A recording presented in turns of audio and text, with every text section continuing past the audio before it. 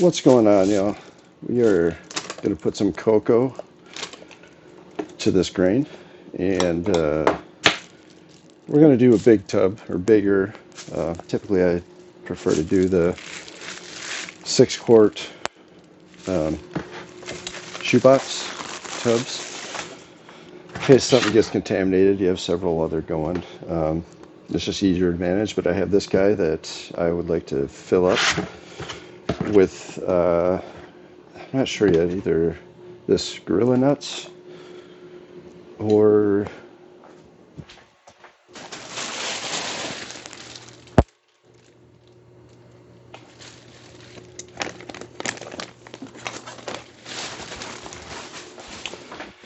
I have my alfalfa, which is a super funky albino penis envy that gets this kind of weird furl on its cap, just only in one spot, makes it kind of stick up like alfalfa, his little hair on the back of his head. So that one's pretty unique. And then I've got Natalensis, which is actually Ochra centrata now, I think, but this is a squat version. Small, very white, leucistic color, chunky, but actually we're not quite done here. This jar needs to finish, so I think we might do the alfalfa. We'll see what happens. Actually, we've got the Gorilla Nuts going already. And you know what we're going to do? We're going to put that in a smaller tub. We'll still do the Gorilla Nuts in the big tub. I've got enough cocoa here. This is just cocoa coir, but in brick form off of Amazon. Hydrated up to 60-65% moisture.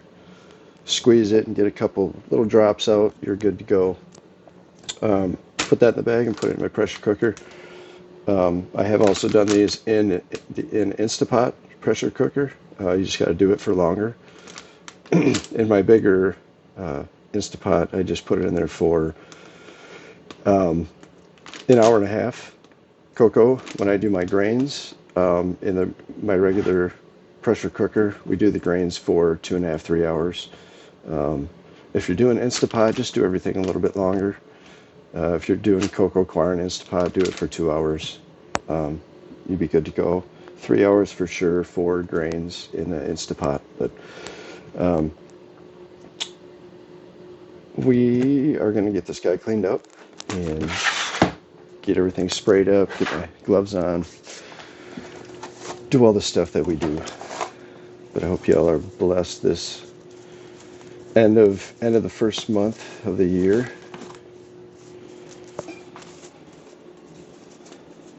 It's always kind of fun thinking about the future, beginning of new year, things that we did wrong or things we want to do better this year. It's important to always strive to do better, whatever we're doing. And not necessarily just better, but maybe if you have things dialed in, put yourself out there and do some experimenting, push the envelope a little bit and see what you're capable of. It can be an exciting time of year for a lot of reasons, but yeah, just thinking about getting all these tubs going, and it's been a while for me personally. I just did a lot of the gourmets and stuff over the summer and fall, actually spring, summer, and fall for the market garden, and jumping back into the lab with the actives is always exciting. I'm stoked. Some content out there, do some lives pretty soon, get some people jumping on. Just hang out and talk mushrooms, mycology, experiences, personal journeys. This guy cleaned up good. Alright, so we've got him wiped out. We're going to give him another spray down here.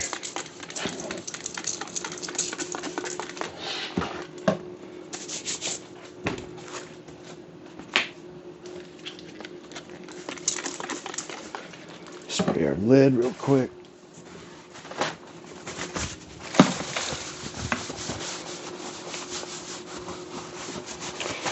Feel free to let us know in the comments what you guys are growing, anything new that you've not tried before, anybody trying pans,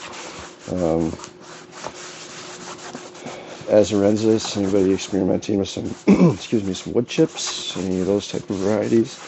Let us know in the comments, anything you'd want us to play around with, or maybe do a live or talk about on one of our podcasts. That'd be cool.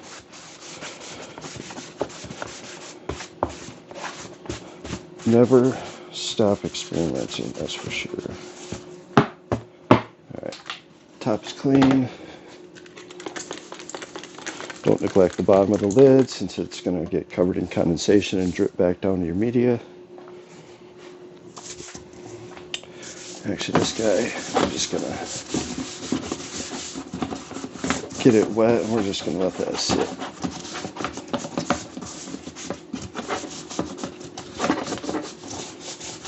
Just let that sit. Okay. So we've got our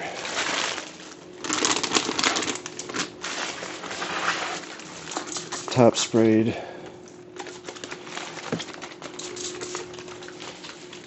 This guy's sprayed well.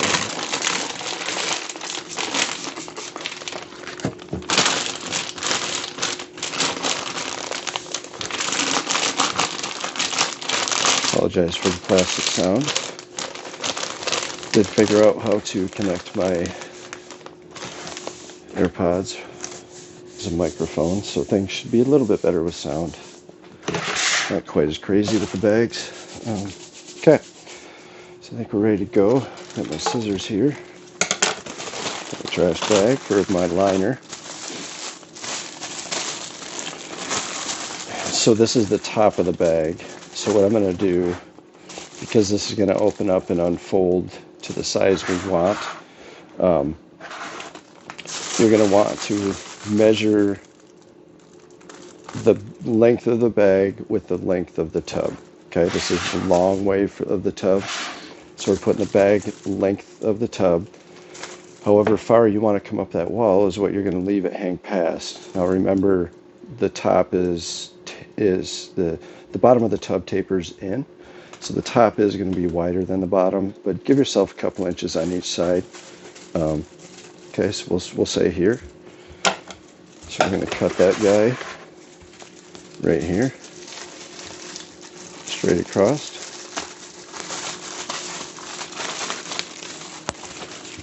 Put that extra down. Now that we've got that cut for our length, open him up.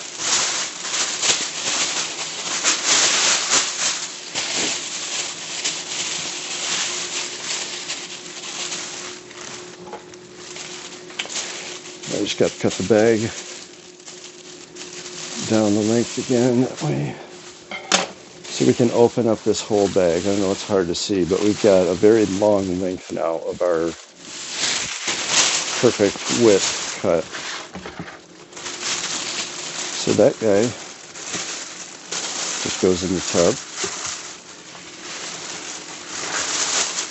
Cut our length, our other width here, sorry. A couple inches over. And then we're going to cut here a couple inches past as well. So just so you can see that, we've got a couple inches past here, a couple inches past here. So this is where our cut point is.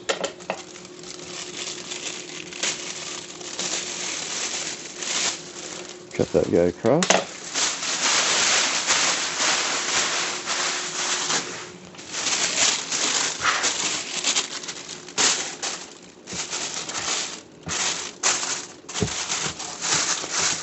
And in she goes.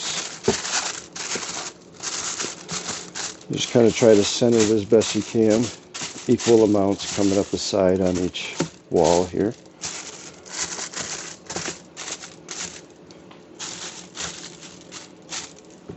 And there you go. And now if you have a little bit extra, it's not a big deal. You can cut that out after you get your bag all situated and you feel like you've got it where you want it, you can trim off some of this extra.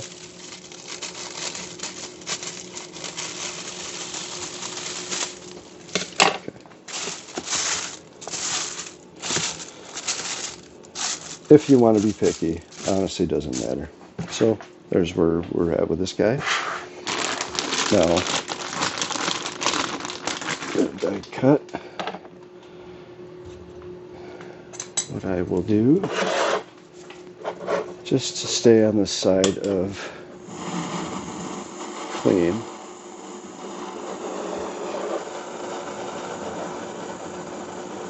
go ahead and sterilize our scalpel here.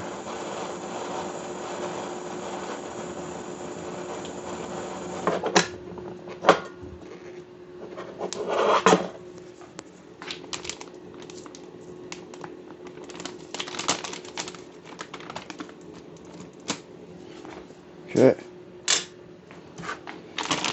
Beautiful.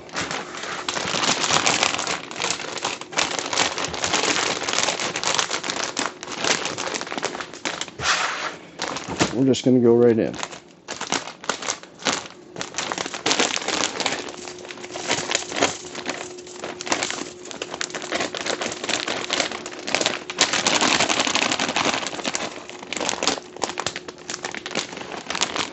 Now I've done this several times, so I kind of,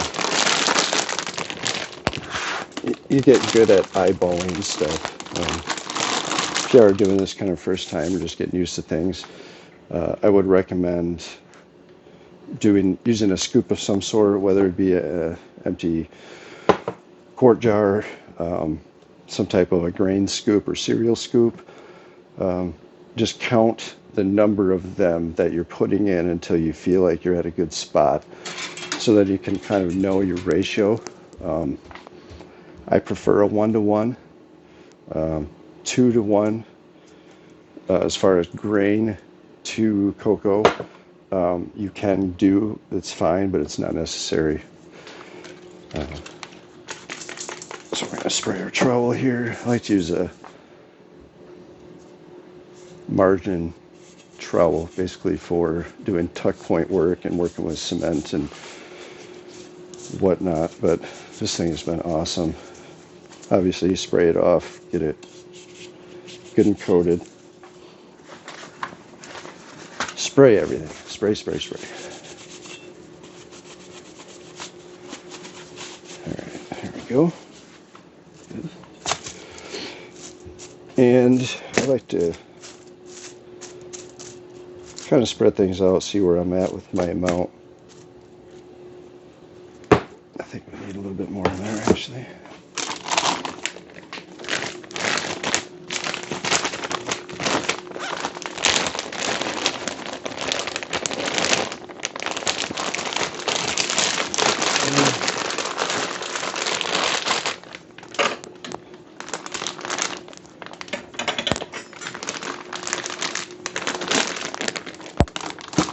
That guy.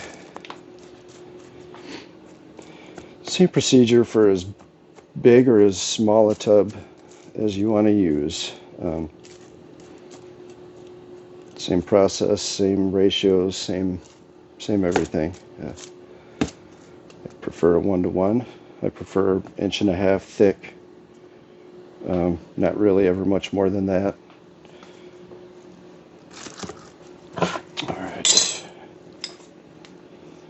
So now I know what I've put in there is a little bit more than a quart jar.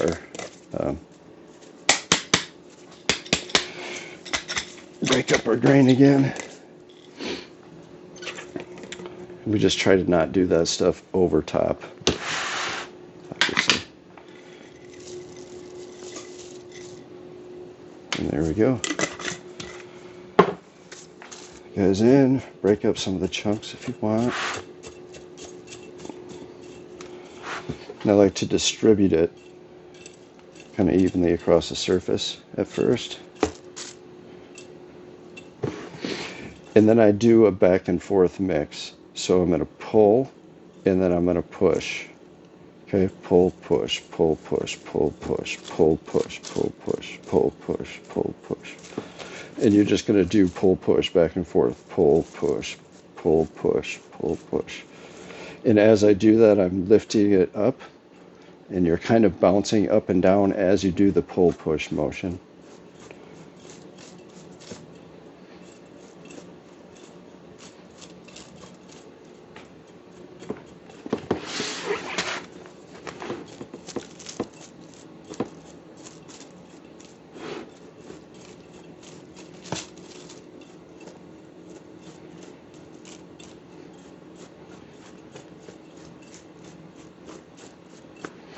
And we've mixed. That's it. You don't have to go crazy.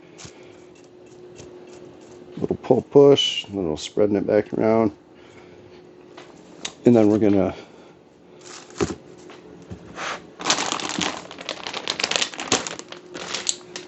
put on our casing layer, which is going to be another 1/4 to 1/2 inch.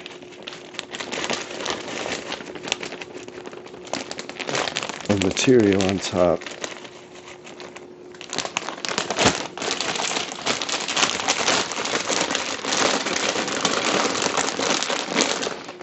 For me, what that does is just gives it an extra layer of moisture on top, and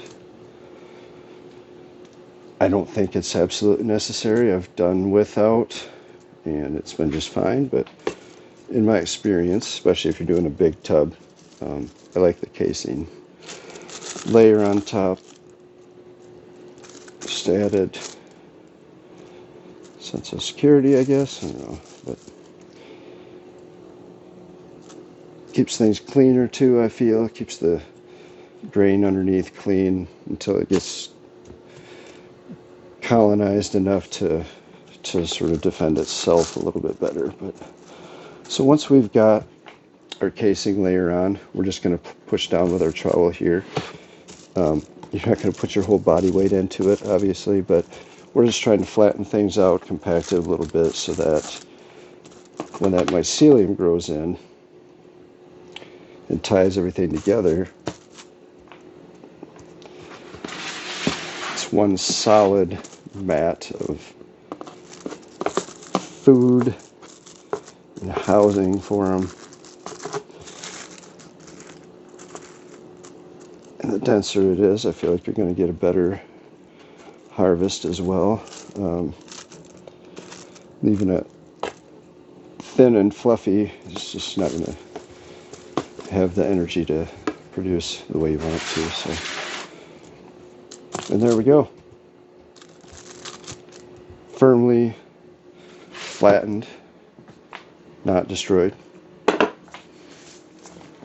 We've got our lid that's been sprayed and has been sitting there drying. It's pretty much dry. So that guy's going to go on.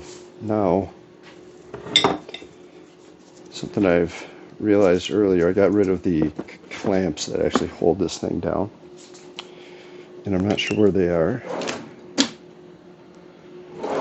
So, what that means is there's these little holes here where those clamps were. Those are just going to get covered up with some micropore tape. It's basically just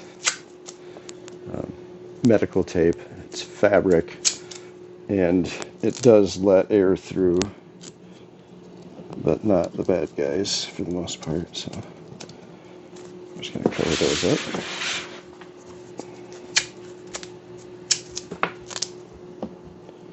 That will give me time to hunt for those handles, or the lid locks. But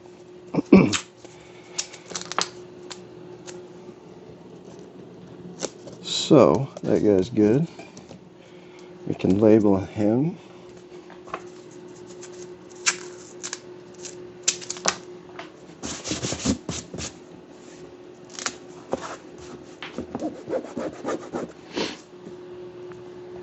And we'll say this is what's growing nuts.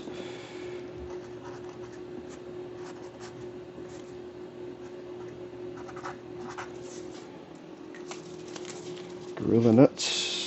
which is Gorilla Wizard and Mr. Peanut. Get that guy taped up here as well.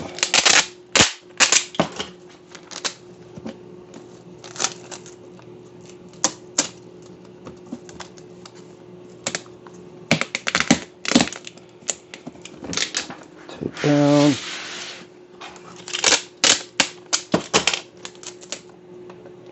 I think part of the reason I got rid of those locks, those lid locks, is they didn't actually clamp it tight. I feel like this is actually a better way to do it anyway. Nice and tight. Okay, and we're good to go.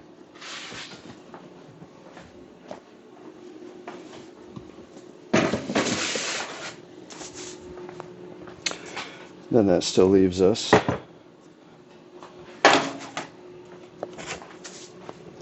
oh yeah, we're going to let this guy finish.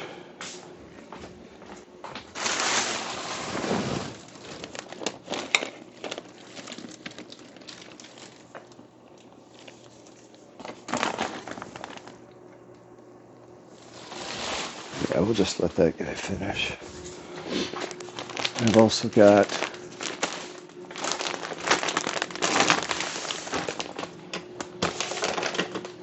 this guy here, blue oysters.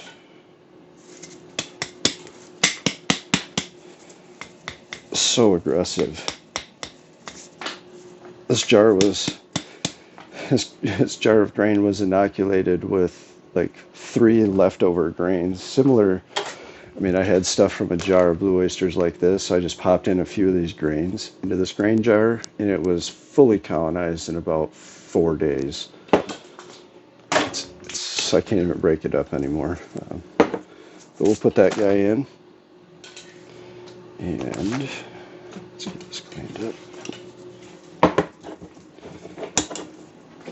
Necessary or not, I just like to sterilize stuff. Even cutting bags open, leave a little trace of something on the edge of it, and then you pour into it. And I just don't like wasting my time throwing stuff away. So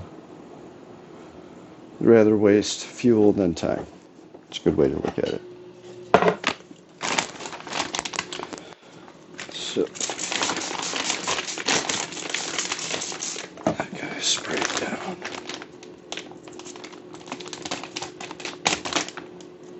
This guy cut.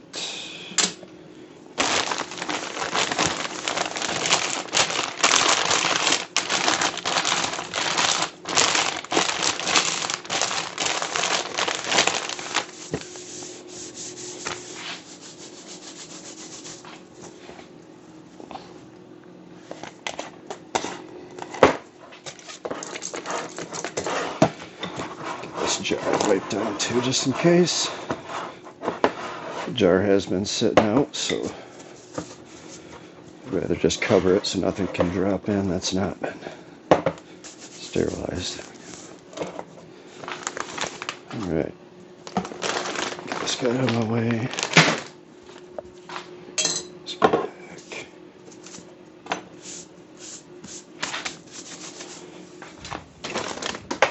Get our impulse.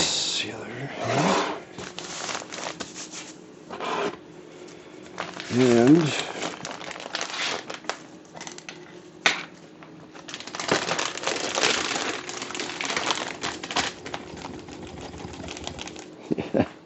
yeah, see that's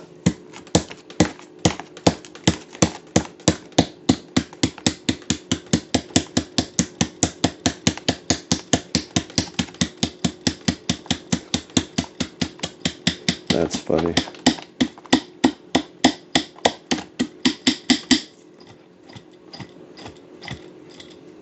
It's so colonized.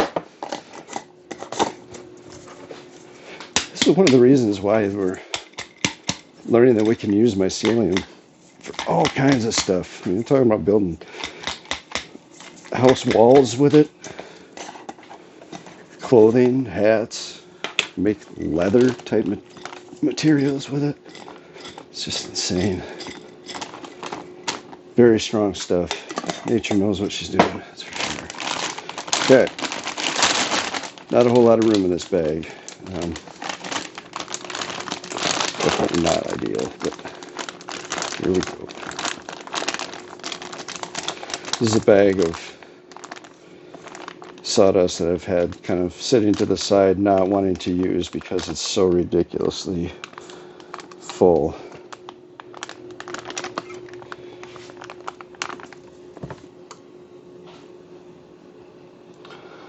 So once I seal it and I hear it click off, I just count to 10.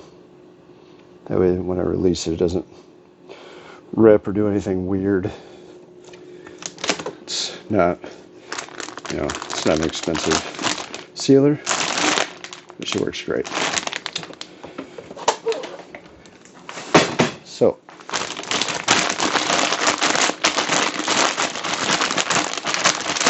now I break.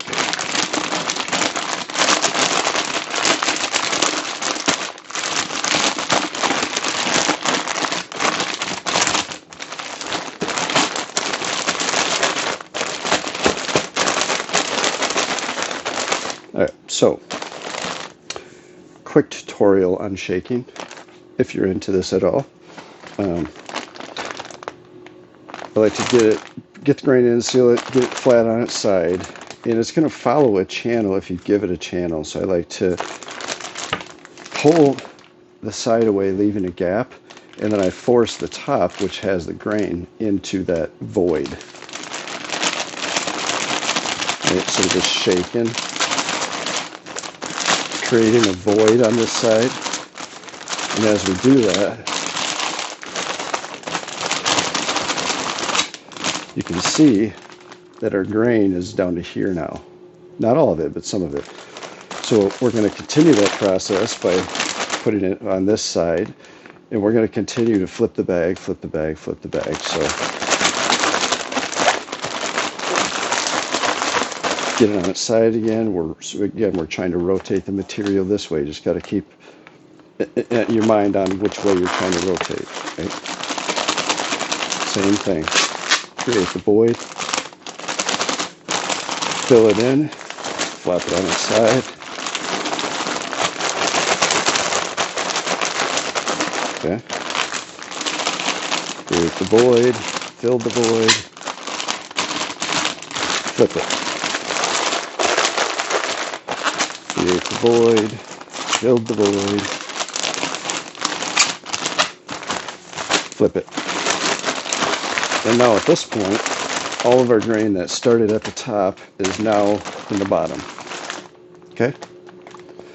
So once we've got it distributed all the way down the length of the bag, then we just start turning and using my fingers and shaking. Turn, shake, turn, shake, turn, shake, turn, shake. Fingers in the middle, you're just kind of shaking your fingers into the middle.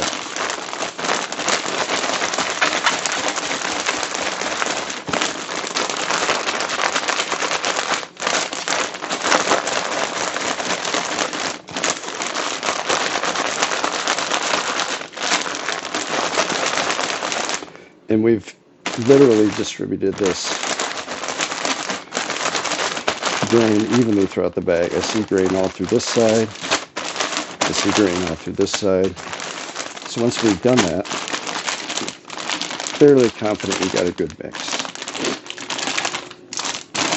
Sorry, I'm still trying to get over a cold here. What I like to do, everybody's got their own method, but there usually seems to be not a void, but a lot of air down on the bottom. And so just trying to smash it creates wrinkles in the bag, but doesn't keep the bag up and the material down. So what I like to do is palm the side, squishing your fingers down, but then you're using your thumbs to pull the bag up. So we're going around, squish the material down, and you're pulling up on the bag at the same time.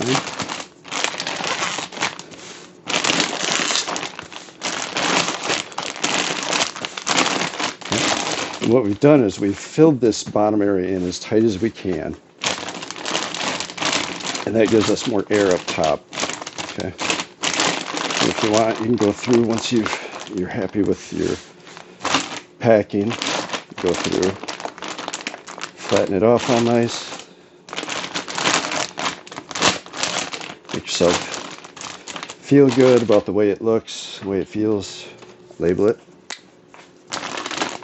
set it and forget it. What is this again? Blue. 1/30 is the date.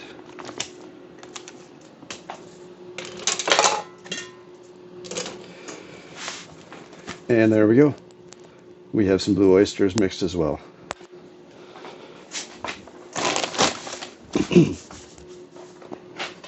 Rock on, y'all. Thanks for tuning in. Give us a thumbs up, like this video, and share it if you can. Much love.